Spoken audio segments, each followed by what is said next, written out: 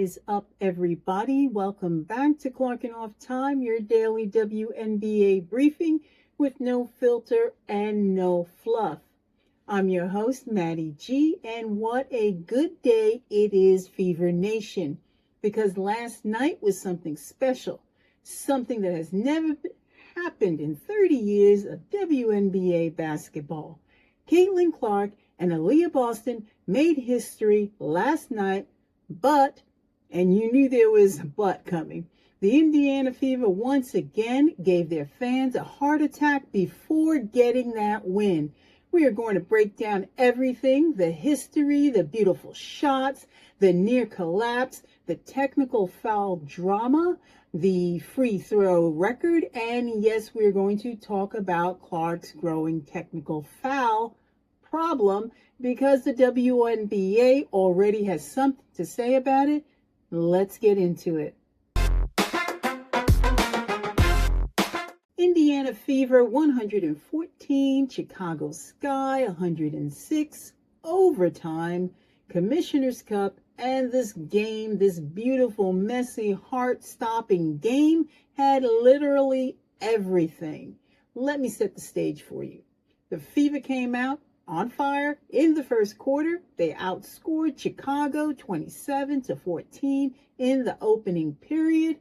Caitlin Clark personally contributed 21 of Indiana's first 27 points, 10 of her own plus assist on the rest. The crowd at Gainbridge Fieldhouse was electric. At one point, the Fever led by as many as 19 points. You heard 19. This should have been over by halftime, but the Chicago Sky went on. They went on a 14-2 run to close the half, a 14-2 run.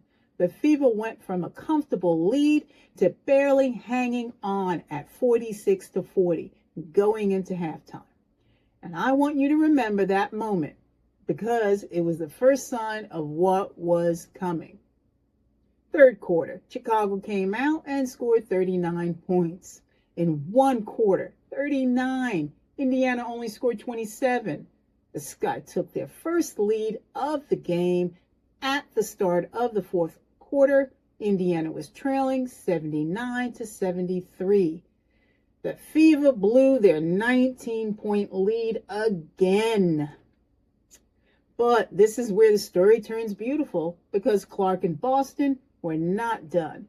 Indiana came storming back in the fourth quarter, led by Clark, who scored 8 points, and Boston, who scored 9. They clawed their way back into the game with 7 seconds left in regulation. The Fever led 98-95, 3-point lead, 7 seconds, should be over, right? And then Kelsey Mitchell turned the ball over on an inbounds pass with 5.1 seconds left. That is the moment I threw my remote.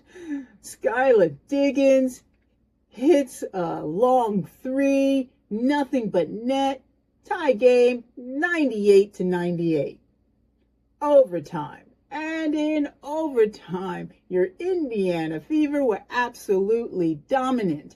Aliyah Boston scored 8 points in overtime alone. She hit a jumper from the free throw line to give Indiana a 106-101 lead. Mitchell added a fast break layup, and the Fever closed it out 114-106. But before I get to the history, I need to acknowledge something. Skylar Diggins hit one of the most beautiful and devastating shots. That long three to tie the game with 5 seconds left. That is a big-time shot from a big-time player. She had 21 points, respect, but it was not enough. Let me tell you what happened last night. That has never happened before in the entire 30-year history of the WNBA. Caitlin Clark finished with 32 points and 10 assists, a double-double. Aliyah Boston finished with 34 points and 12 rebounds, a double-double. And according to the league records, Clark and Boston became the first pair of teammates in WNBA history to each record a 30-point double-double in the same game ever. In 30 years of professional women's basketball in this country, it has never been done before until last night. Let me say the full stat line so they sink in. Caitlin Clark, 32 points, 8 of 18 from the field, 15 of 15 from the free throw line, 100%, no misses, 15 attempts, 10 assists, 7 rebounds, a double-double. And Clark's free throw perfection is its own piece of history. She became only the 4th player in WNBA history to shoot 100% from the free throw line with at least 15 attempts in a single game. Only 4 players ever.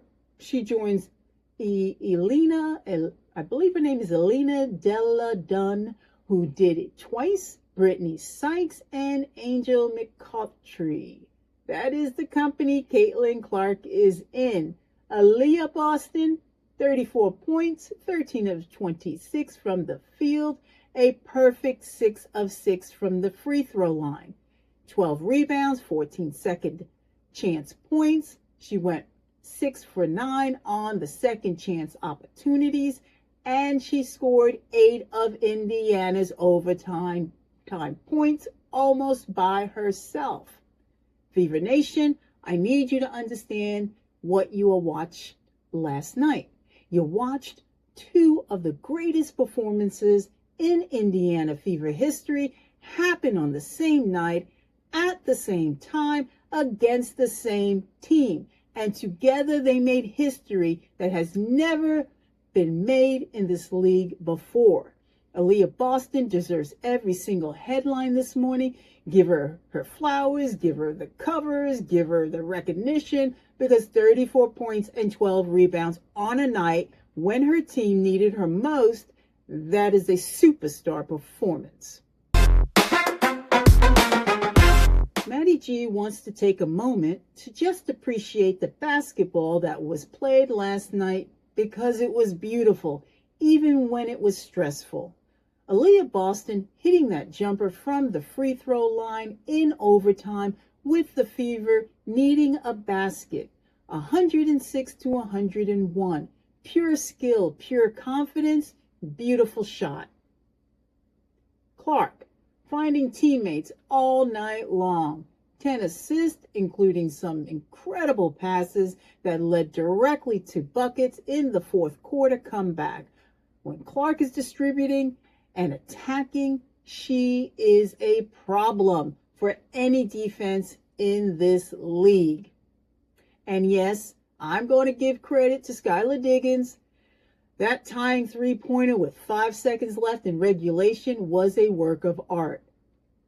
Skylar showed up last night. She reminded everyone why she is one of the best players in this league for over a decade. Now, I need to talk about something that is not fun to talk about, but has to be said. Caitlin Clark received her 3rd technical foul of the season last night. 3rd. And the WNBA has already announced they will be addressing it. Here is why this matters. In the WNBA's updated 2026 rules, a player receives a 1-game suspension after their 8th technical foul.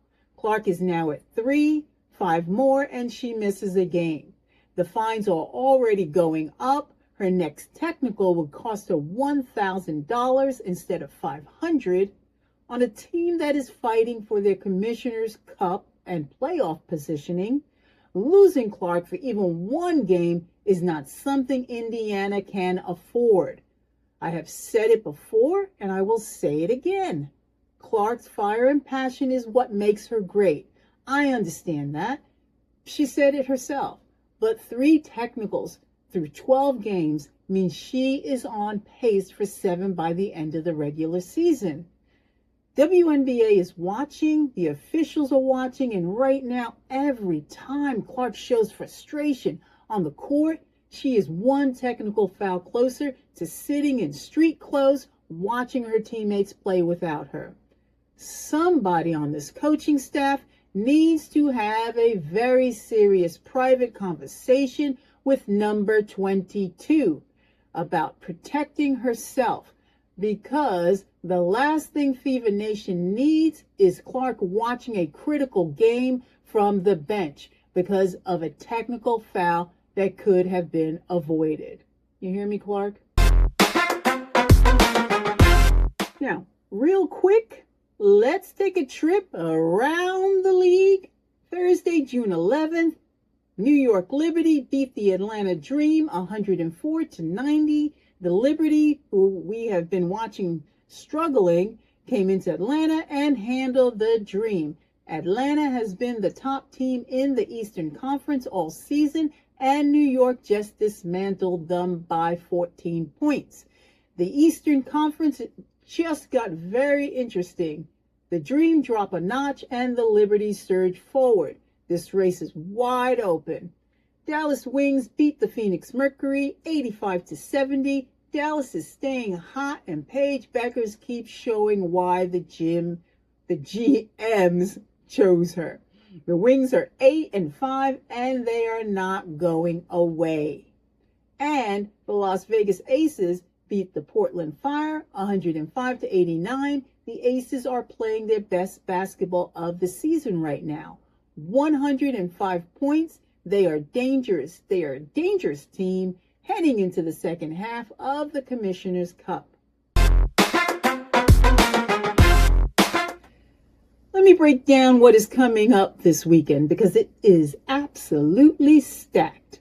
Today, Friday, June 12th, 2 games. Washington Mystics hosting Toronto Tempo at 6:30 p.m. Central, 7:30 p.m. Eastern, 12:30 a.m. in England. Washington is a slight favorite at 54.4%, and Seattle Storm hosting Golden State Valkyries at 9 p.m. Central, 10 p.m. Eastern, 3 a.m. in England. Golden State is heavily favored at 78.1%.